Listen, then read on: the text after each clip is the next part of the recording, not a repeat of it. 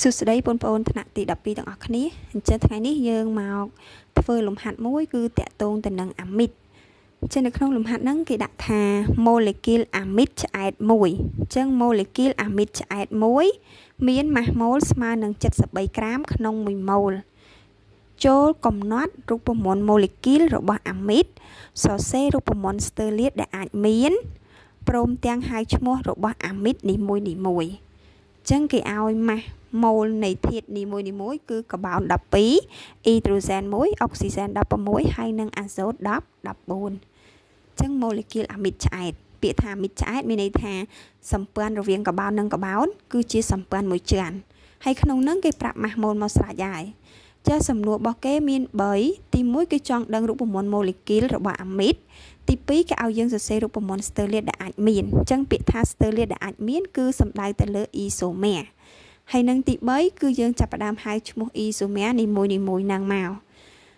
អញ្ចឹងដំបូងយើងមានសមត្ថការមួយហើយគឺ mass mol 73ក្រាមក្នុង1 mol អញ្ចឹងដើម្បីកំណត់រូបមន្ត molecule នៃអាមីតជាទូទៅការកំណត់រូបមន្ត molecule នៃសមាសធាតុសរីរាង្គយើងត្រូវស្គាល់សមត្ថកម្ម2ទី1គឺ mass mol ទី2គឺរូបមន្តទូទៅណាអញ្ចឹងរូបមន្តទូទៅរបស់អាមីតគឺបងអូនត្រូវចាំដោយខ្លួនឯងរូបមន្តទូទៅរបស់វាគឺ CN ហៅពី N + 1 OON ណាហើយ mass mol លំហាត់សមត្ថកម្មលំហាត់គេប្រាប់មកហើយអញ្ចឹងកន្លែងហ្នឹងយើងធ្វើការរៀបរាប់បន្តិចមកដោយដឹងថាអាមីតឆ្អែតមានរូបមន្តទូទៅគឺ CN ហៅពី N + 1 ON ចឹងនៅក្នុង molecule អាមីតវាបង្កឡើងពីធាតុគីមី4ប្រភេទមានកាបូនអ៊ីដ្រូសែនអុកស៊ីសែននិងអាសូតហើយសមត្ថកម្មលំហាត់ប្រាប់មកហើយ mass mol របស់អាមីតស្មើនឹង73ក្រាមក្នុង1 mol អញ្ចឹងគេបាន mass mol របស់ CN ហៅពី N + 1 ON ទាំងអស់ស្មើនឹង73ក្រាមក្នុង1 molចឹងពាក្យថា mass mol មានន័យថាយើងបូក mass នៃធាតុបង្កនៅក្នុងហ្នឹងចឹងក្នុងហ្នឹងវាកើតឡើងពីកាបូនម៉ាអាតូម12សន្ទុះ n គឺយើងគុណនឹង n ចឹងបាន 12n ផ្សំជាមួយអ៊ីដ្រូសែនម៉ាអាតូម1សន្ទុះរបស់វាគឺ 2n + 1ចឹងយើងគុណនឹង 2n + 1ហើយផ្សំជាមួយអុកស៊ីសែន16មាន1អាតូមហើយអាសូត14ក៏មាន1អាតូមដែរទាំងអស់ហ្នឹងស្មើនឹង73ចាអានេះយើងគុណមកយើងបាន 2n + 1ណាចឹង 12n + 2n យើងបាន 14n ជាមួយបូក16បូក14ទៀតវាបាន31បូក31ស្មើនឹង73ចឹងយើងទាញរក n មកយើងបាន73ដក31ចែកឲ្យ14ចឹងយើងពួកយើងកណនាមកតើ n របស់យើងស្មើប៉ុន្មានចឹង70ដក30សល់40 3ដក1សល់2 42លើ14ចឹងយើងបាន3ចឹង n របស់យើងស្មើ3ចឹងនៅពេលដែលយើងឃើញ3ហ្នឹងហើយយើងយក3ហ្នឹងទៅជំនួសត្រង់កន្លែងណាដែលមាន n ដូចនេះរូបមន្ត molecule របស់អាមីតឆ្អែតគឺចឹង CN n ស្មើ3គឺ C3 ហា 2n + 1 3 2ដង 6 6 + 1 7 ON ចឹង molecule អាមីតឆ្អែតរបស់យើងកើតឡើងពីកាបូន3អ៊ីដ្រូសែន7អុកស៊ីសែន1ហើយនិងអាសូត1ចឹងយើងបន្តទៅសំណួរមួយទៀតគឺសរសេររូបមន្តស្ទើលាតដែលអាចមាននិងហៅឈ្មោះចឹងមានន័យថាសរសេរ isomer របស់អាមីតអញ្ចឹងយើងរកឃើញថាអាមីតរបស់យើងនឹងបង្កឡើងពីកាបូន3អញ្ចឹងរបៀបក្នុងការសរសេរ isomer របស់អាមីតជំហានទី1បងអូនត្រូវសរសេរវាជាទម្រង់ថ្នាក់ទី1ខ្សែតូលសិនបន្ទាប់មកយើងចាប់ផ្ដើមសរសេរជាទម្រង់ថ្នាក់ទី2រួចហើយយើងចាប់ផ្ដើមសរសេរជាទម្រង់ថ្នាក់ទី3និងចុងក្រោយយើងចាប់ផ្ដើមយកទម្រង់ថ្នាក់1ថ្នាក់2ថ្នាក់3ហ្នឹងមកធ្វើការកាច់ខ្នែងបើសិនជាអាចកាច់បានណាអញ្ចឹងដំបូងយើងសរសេរវាជាទម្រង់ថ្នាក់ទី1សិនអញ្ចឹងទម្រង់ថ្នាក់ទី1វាមាន CO ភ្ជាប់ជាមួយនឹង N-2 អញ្ចឹងកាបូនសរុបរបស់យើងមាន3អញ្ចឹងយើងបរិយាកាបូនសិនមក1 2ហើយយើង complex ណានៅក្នុង amide វាត្រូវមានបង្គំ carbonyl CO ចឹងភ្ជាប់ជាមួយនឹង NH2 វាជាទម្រង់របស់ amide ថ្នាក់ទី1អញ្ចឹងយើងទៅសេបានប៉ុណ្ណឹងហើយបន្ទាប់មកយើងចាប់ផ្ដើមធ្វើការបំពេញហាស់តែឲ្យកបោនមួយអញ្ចឹងនៅក្នុងកបោនមួយវាត្រូវមានសម្ព័ន្ធមួយចិនចំនួន4អញ្ចឹងក្នុងករណីនេះវាចងអស់សងខាង2អញ្ចឹង4ដក2នៅសល់2យើងបំពេញដល់អាតូមអ៊ីដ្រូសែនអានេះ4ដក1នៅសល់3អញ្ចឹងហាស់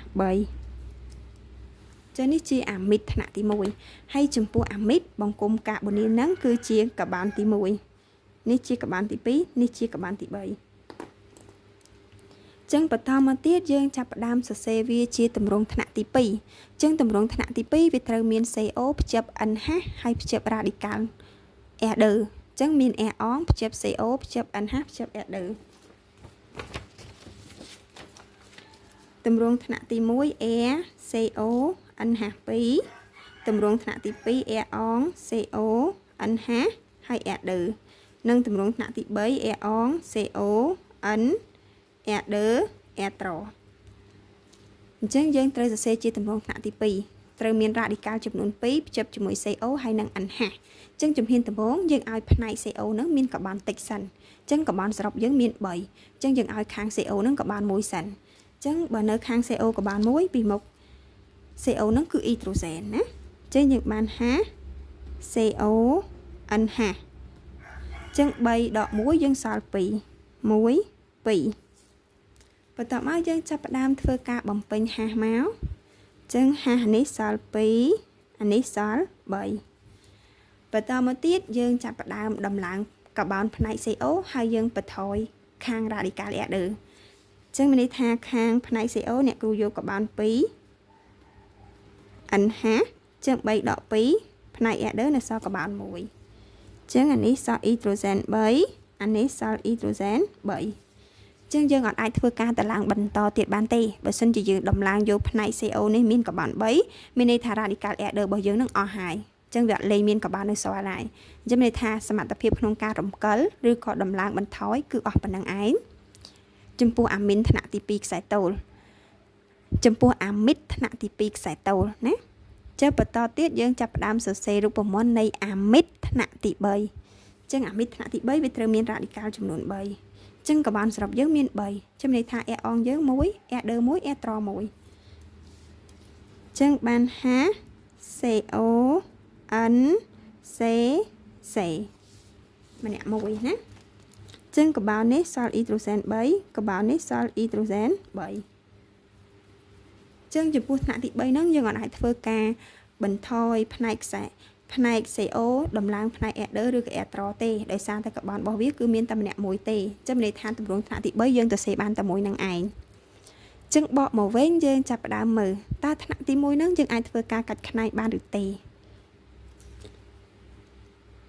ចឹងយើងឃើញថាថ្នាក់ទី1ហ្នឹងកបោនសរុបយើងមាន3បើសិនជាយើងធ្វើការកាច់ខ្នែងវាសល់តែ2នេះទេចឹងសល់តែ2នេះ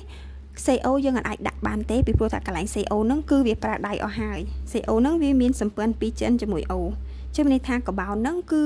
ប្រើសម្ព័ន្ធវាអស់ហើយអញ្ចឹងវាអាចដាក់ខ្នែងឬក៏ថែម hydrogen អីបានទៀតទេ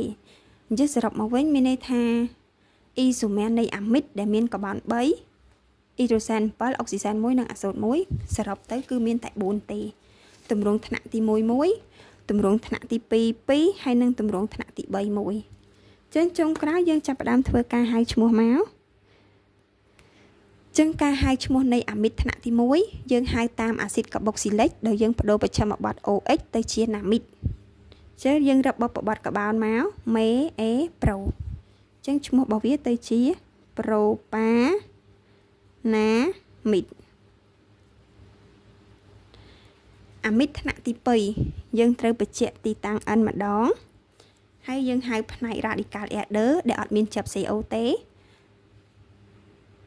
ផ្នែកដែលជាប់ CO ហ្នឹងយើងទុកហៅក្រោយណាអញ្ចឹងយើងបាន N កបោន2មេ A អញ្ចឹងទៅជា N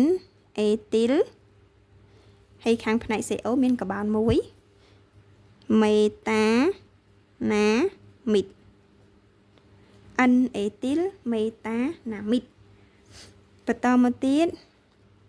N ខាង ether ក៏បាន1 methyl ផ្នែក CO ក៏បាន2ទៅជា eta namid ថ្នាក់ទី3យើងត្រូវបញ្ជាក់ n 2 ដងអញ្ចឹងដោយសារ ether និង ether របស់យើងនឹងជាបណ្ដុំ methyl ដូចគ្នាអញ្ចឹងយើងដាក់ n ចាប់គ្នា n d methyl អញ្ចឹងផ្នែក CO យើងទុកហៅក្រោយគេ meta namid n d methyl meta namid ចឹងចំពោះលំហាត់មួយហ្នឹងគឺអ្នកគ្រូមានប៉ុណ្ណឹងហើយយើងនឹងជួបគ្នានៅក្នុងវីដេអូលំហាត់ក្រោយៗទៀត